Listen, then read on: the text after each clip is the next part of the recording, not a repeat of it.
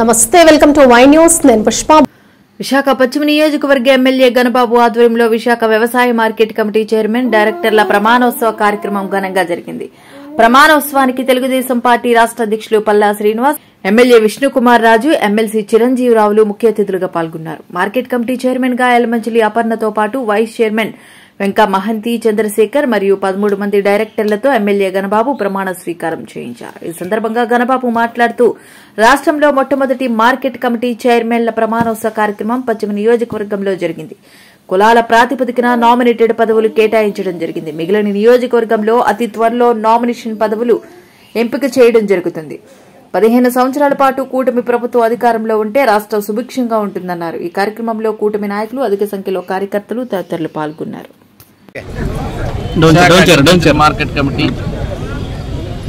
ఒక చరిత్ర కలిగింది, విశాలమైంది కూడా. ఒకప్పుడు మొట్టమొదట మార్కెట్ కమిటీ చైర్మన్గా మా నాన్నగారు అప్పటికి సమితి ప్రెసిడెంట్గా ఉండేటువంటి రోజుల్లోనే విశాఖ మార్కెట్ కమిటీ చైర్మన్, అంటే అప్పటికి శాసనసభ్యులు కాకముందే ఈ మార్కెట్ కమిటీకి మొట్టమొదటి చైర్మన్గా వ్యవహరించారు. ఆ తర్వాత కాలంలో ఇది పెందుర్తి నియోజకవర్గానికి ప్రత్యేకంగా ఉండటం, వారు శాసనసభ్యునిగా, తర్వాత నేను శాసనసభ్యునిగా తెలుగుదేశం పార్టీలో ఈ మార్కెట్ కమిటీ కూర్పులో ప్రముఖ పాత్ర వహించడం జరిగింది. గతంలో ఎన్టీ రామారావు గారి హయాంలో కానీ, చంద్రబాబు నాయుడు గారి హయాంలో కానీ, ఇప్పుడు కానీ. ఆ తర్వాత కాలంలో విశాఖ అగ్రికల్చర్ మార్కెట్ కమిటీ ఇటు పెందుర్తిగాను, భీమిలిగాను విడిపోయినప్పటికీ ఈ కమిటీకి సంబంధించినటువంటి స్థలం కానీ, ప్రాంగణం కానీ, ఆఫీస్ కానీ ఇంతకుముందు కూడా నగరంలో అద్దెకు ఉండేది, ఓల్డ్ టౌన్లో. దాంతో సొంతంగా నేను గతంలో శాసనసభ్యునిగా ఉండేటప్పుడు పెందుర్తిలో ఒక యార్డ్ కట్టడం, పెందుర్తికి ఆఫీస్ షిఫ్ట్ చేయడం అనేటువంటి జరిగింది. తర్వాత కాలంలో మరలా గోపాలపట్నంలోనే ఈ కేంద్రం, రీజనల్ జాయింట్ డైరెక్టర్ ఆఫీస్ కానీ, ఆ కార్యాలయాలు కానీ, ముఖ్యంగా ఈ రైతు బజార్లు కానీ 99లో ఆ రోజు మొట్టమొదటి శాసనసభ్యునిగా ఉండేటప్పుడే ఆ రోజు చంద్రబాబు నాయుడు గారు అర్బన్ ఏరియాస్లో ఈ రైతు బజార్లను ప్రమోట్ చేయడం, రైతాంగం నాణ్యమైనటువంటిది వారి పంటకు పండించినటువంటి పంటను నేరుగా వచ్చి అమ్ముకునేటువంటి అవకాశం రైతులకు కలిగించడం, వినియోగదారుడు సౌలభ్యం కోసం ఈ రైతు బజార్లు చక్కగా సక్సెస్ అవ్వడం అనేది మీ అందరికీ తెలుసు. అలాంటి రైతు బజార్లు కానీ, మార్కెట్లో ఉండేటువంటి ఏదైతే ఆ ధరలో నియంత్రణలో ఉండటానికి ప్రధానమైనటువంటి దిగుబడికి సంబంధించి కానీ, వినియోగదారుడికి ఇవ్వడంలో కానీ, ట్రేడర్స్కి కూడా, వ్యాపారస్తులకు కూడా లాభసాటిగా ఉండేటట్టుగా ఈ మార్కెటింగ్ వ్యవస్థ అనేటువంటిది ఉంటుంది. దీనిలో ముఖ్యంగా ఫిషరీస్కి సంబంధించి కూడా, ఫిషరీస్ కానీ, లైవ్ స్టాక్ కానీ, ముఖ్యంగా వీటికి సంబంధించినటువంటి వ్యవసాయం కానీ, ఈ 3 ఉత్పత్తులకు సంబంధించినటువంటి ఆదాయాలు కూడా విశాఖ అగ్రికల్చర్ మార్కెట్ కమిటీకి ఉంటుంది. సో ఈ కమిటీ ప్రాధాన్యం ముఖ్యంగా వినియోగదారుడు, రైతు, అట్లాగే ఉండేటువంటి వ్యాపారస్తుడు, వీళ్ళ ముగ్గురిని దృష్టిలో పెట్టుకొని ఈ కమిటీ కూర్పు చేయడం జరిగింది. ఒక దూరదృష్టితో చంద్రబాబు నాయుడు గారి నాయకత్వంలో ఎప్పుడు కూడా మార్కెటింగ్ పైన, ఎందుకంటే పేదవాడు, సామాన్యుడు ఇబ్బందులు పడకూడదు అనేటువంటి ఉద్దేశంతో ఎప్పటికప్పుడు ధరల నియంత్రణ కోసం ఒక కమిటీ, ఆ మార్కెటింగ్ ఇంటర్వెన్షన్కి బోర్డు ఒకటి కమిటీని ఏర్పాటు చేయడం, నిరంతరం కూడా దానిపైన పర్యవేక్షించడం అనేటువంటి జరుగుతూ ఉంటుంది. ఆ రకమైనటువంటి ఒక ప్రాధాన్యత సంతరించుకున్నటువంటి ఒక కమిటీని ముఖ్యంగా రాష్ట్రంలో మొట్టమొదటిగా మేమే ఇక్కడ ఏర్పాటు అవ్వటం, కమిటీ ప్రమాణ స్వీకారం, ఈరోజు బాధ్యతలు స్వీకరించారు. ఒక చక్కటి సామాజిక సమీకరణలతో విశాఖ నగరం అంతా కూడా అన్ని నియోజకవర్గాలకి ప్రాతినిధ్యం వహిస్తూ ఈ కమిటీ కూర్పు చేయడం జరిగింది.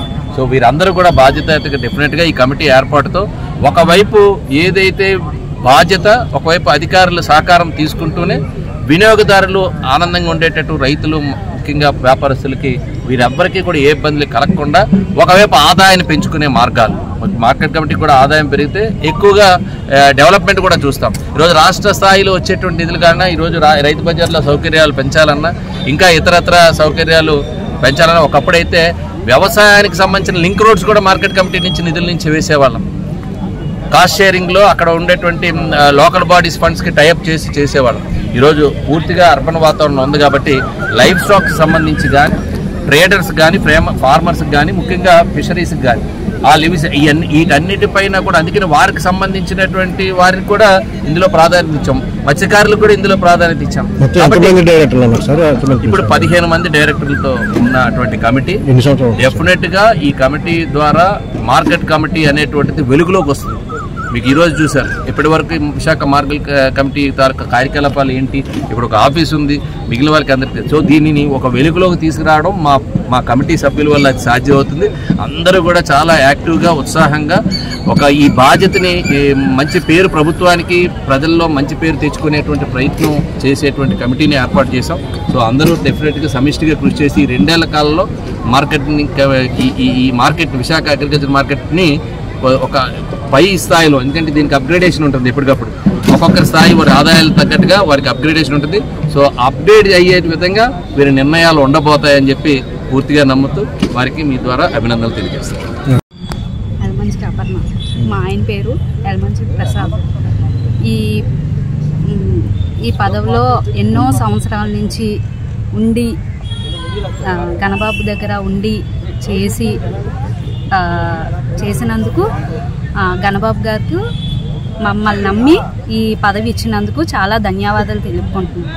అలాగే అతని ఆశీస్సులతో ముందుకి ఇంకా మంచి అభివృద్ధి చెందాలని కోరుకుంటున్నాను. మహబూబ్ శుభాని అండి, మాది పశ్చిమ నియోజకవర్గం విశాఖపట్నం. గణబాబు ఎమ్మెల్యే గారు నన్ను మైనారిటీ వింగ్ నుంచి డైరెక్టర్గా ఈ మార్కెట్ కమిటీకి నామినేట్ చేశారు. ఈ మార్కెట్ కమిటీలో మా బాధ్యతలు నిర్వర్తించి ఎటువంటి చెడ్డ పేరు కానీ అపకీర్తి కానీ ఈ మార్కెట్ కమిటీకి కానీ ప్రభుత్వానికి కానీ మా వల్ల ఉండకుండా ప్రతి విషయంలో కూడా వినియోగదారుడు కానీ, అటు ట్రేడర్కి కానీ, ఇటు ఫార్మర్ రైతులకు కానీ అందరికీ లబ్ధి చేకూరేటట్టు ప్రతి పని మేము చేకూరుస్తామని ఈ సభాముఖంగా మేము మాటిస్తున్నాం. Thank you very much.